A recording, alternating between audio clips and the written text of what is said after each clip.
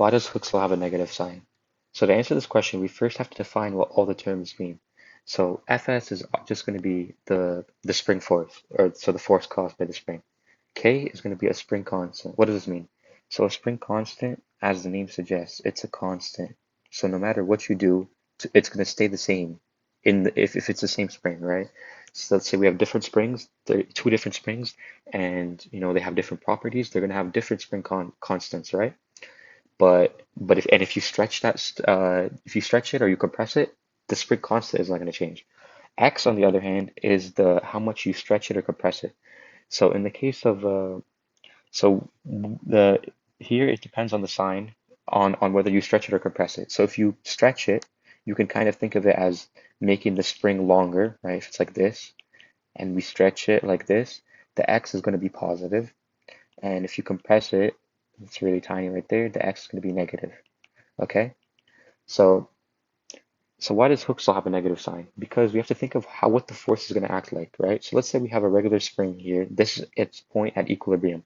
This is where it wants to be when there's nothing that's acting on it, nothing that's happening, okay? Say we stretch it 5 meters, right? So you can see the equilibrium point is 5 meters to the left, and the positive direction is to the right. So x is equal to 5, right? So now let's say, now using Hooke's law, let's say f is equal to kx, right? Without the negative. This is obviously wrong, but let's just see what would happen if we forgot the negative.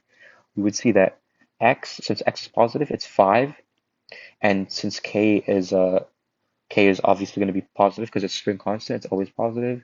And let's just give it a random value. Uh, let's just say k is equal to 100. So this is going to be 100 times 5. F is equal to 500.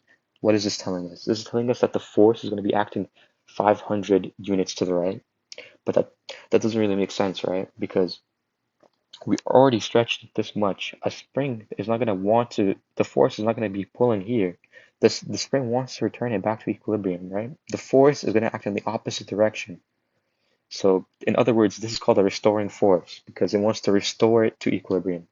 So 500, this does not make sense. But let's say we did F is equal to negative kx.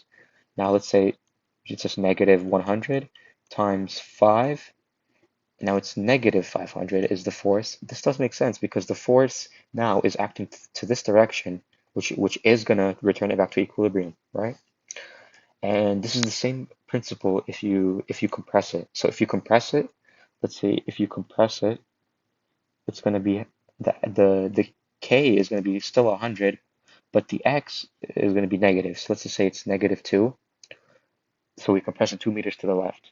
Now, what is the force going to be? It's going to be negative 100 because it's k, and then negative 2, which is just going to be 200. What is this telling us? 200 units to the right. And does that make sense? Yeah, it makes sense because if it's compressed, it's going to go to like this, and it actually wants to return back to equilibrium. It wants to go back to being like this. So the force is going to act to the right.